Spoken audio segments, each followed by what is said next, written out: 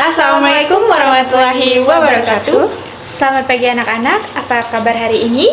Ibu harap kalian semua dalam keadaan sehat untuk mengikuti kegiatan kita pada hari ini. Sebelum mulai pelajaran, dipersilakan ketua kelas untuk memimpin doa. Selesai. Baik, terima kasih kepada ketua kelas yang sudah memimpin doa. Selanjutnya, Ibu akan menampilkan PowerPoint tentang alat indera dan fungsinya.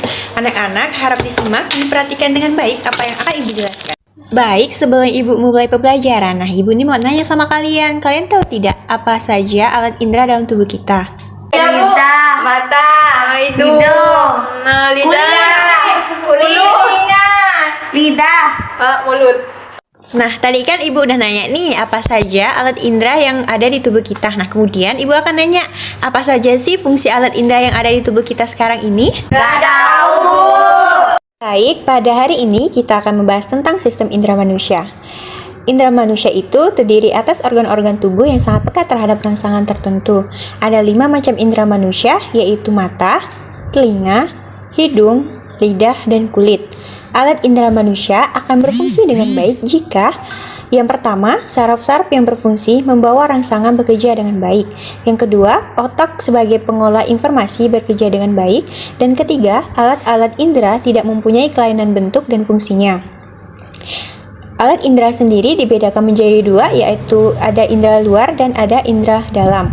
Indera luar atau eksternal yang berupa indera penglihatan, pendengar, perasa, pengecap, dan pencium digunakan manusia untuk memperoleh informasi dari luar. Sedangkan indera dalam atau internal bertugas menyampaikan informasi yang berasal dari dalam tubuh, misalnya rasa pegal atau sakit.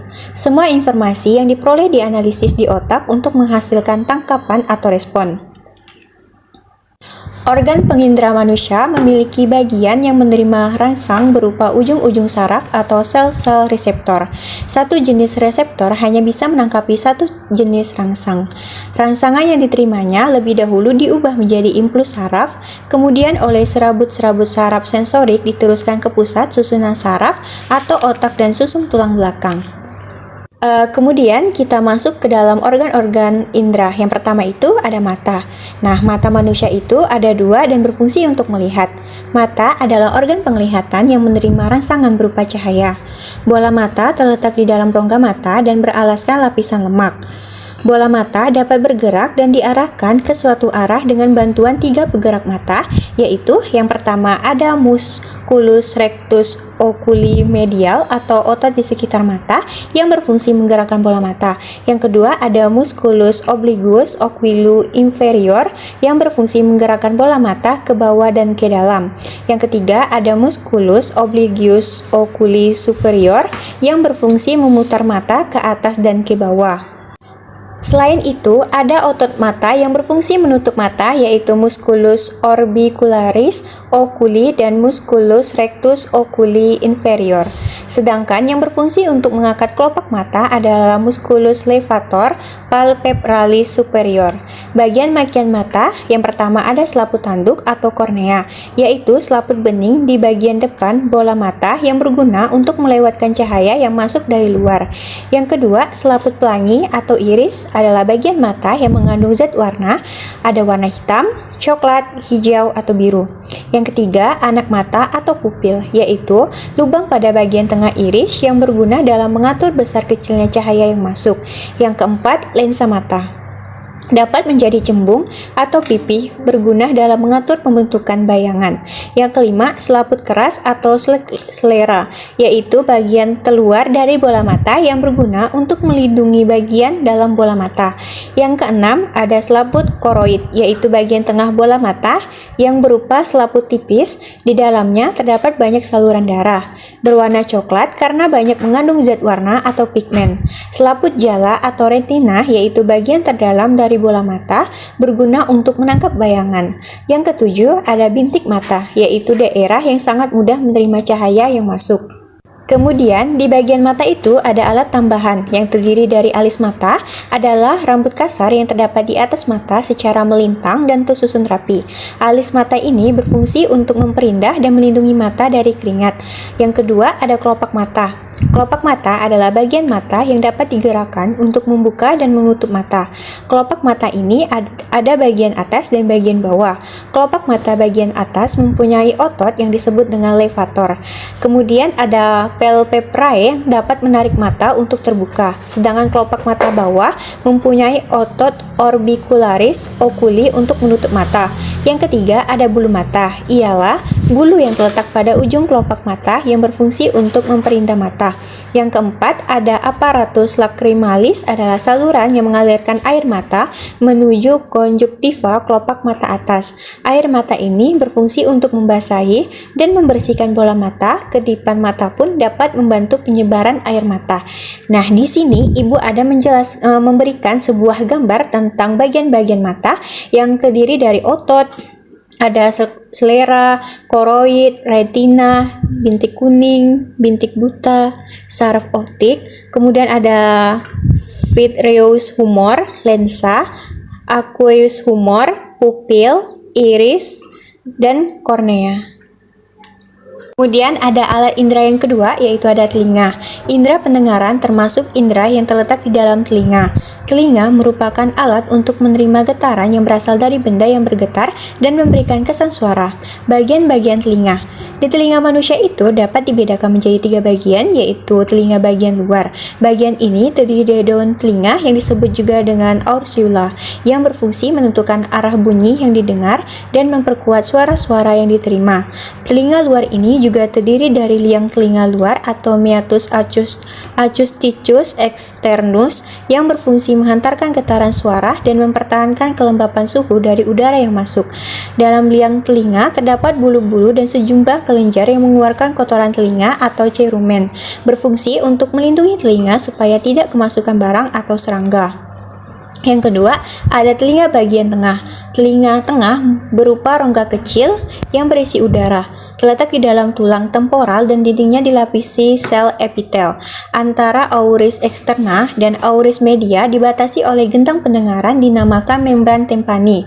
Membran tympani ini membatasi suatu ruangan bagian tengah yang disebut dengan cavum tympani, dan di dalamnya terdapat tulang pendengaran atau ossicula auditiva yang terdiri dari malleus atau tulang martil, incus atau tulang landasan, dan stapes atau tulang sangkurdi.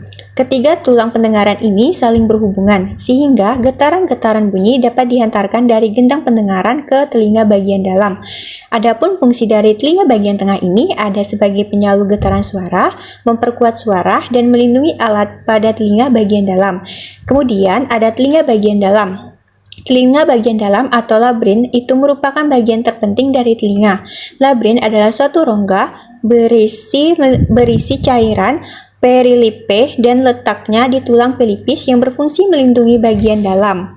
Dilihat dari segi anatomi, telinga bagian dalam terdapat serambi atau vertibule, saluran-saluran gulung, canalis semicircularis, rumah siput. Serambi ini berhubungan dengan saluran-saluran gelung dan dengan cochlea. Saluran-saluran gelung ini merupakan alat keseimbangan, sedangkan cochlea merupakan bagian dari indera pendengaran. Dalam telinga bagian dalam ini, yang terpenting adalah organ corti. Organ corti ini merupakan satu reseptor pendengaran yang terletak di dalam cochlea bagian celah media, tepatnya di atas membran basilaris. Alat indera yang ketiga yaitu hidung. Hidung dipisahkan oleh dinding tulang rawan menjadi 2 lubang hidung. Kedua lubang itu berakhir di 2 tulang yang disebut turbinet. Bagian-bagian hidung yang pertama itu ada lubang hidung yang merupakan bagian yang berfungsi untuk melindungi hidung dari ancaman dari luar, dan juga berperan sebagai pengatur ukuran sesuatu yang bisa masuk ke dalam hidung. Yang kedua ada bulu hidung. Terdiri dari rambut-rambut halus pada hidung yang memiliki fungsi sebagai penyaring udara yang masuk.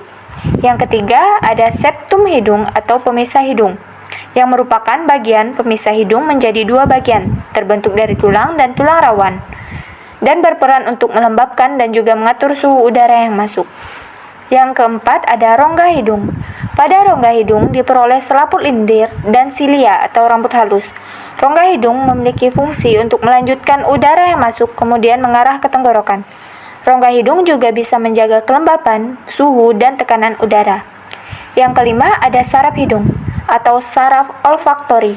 Saraf hidung ialah salah satu dari 12 saraf kranial yang berhubungan langsung dengan otak. Saraf olfaktori ini ialah saraf kranial satu yang memiliki fungsi sebagai reseptor utama dalam indera penciuman. Yang keenam ada sinus hidung. Sinus merupakan bagian berbentuk rongga yang berada di sekitaran hidung. Manusia memiliki 4 pasang sinus hidung. 4 sinus yang dimiliki manusia adalah sinus maxillaris di tulang pipi, sinus frontalis di tengah dahi, sinus ethmoidalis di antara mata, dan sinus sphenoidalis di belakang rongga hidung. Sinus hidung memiliki fungsi untuk melembabkan dan menyaring udara. Yang ketujuh ada tulang rawan hidung. Tulang rawan pada hidung ialah bagian kuat namun elastis pembentuk bagian ujung hidung.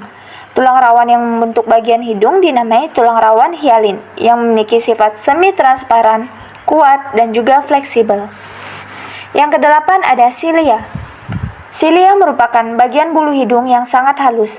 Silia berfungsi untuk mengerjakan penyaringan udara yang masuk ke hidung. Yang kesembilan ada selaput lendir. Selaput lendir pada hidung ialah bagian yang memiliki fungsi untuk menghasilkan mukus atau ingus, jadi hidung dapat terlindung dari berbagai jenis kotoran dan bakteri.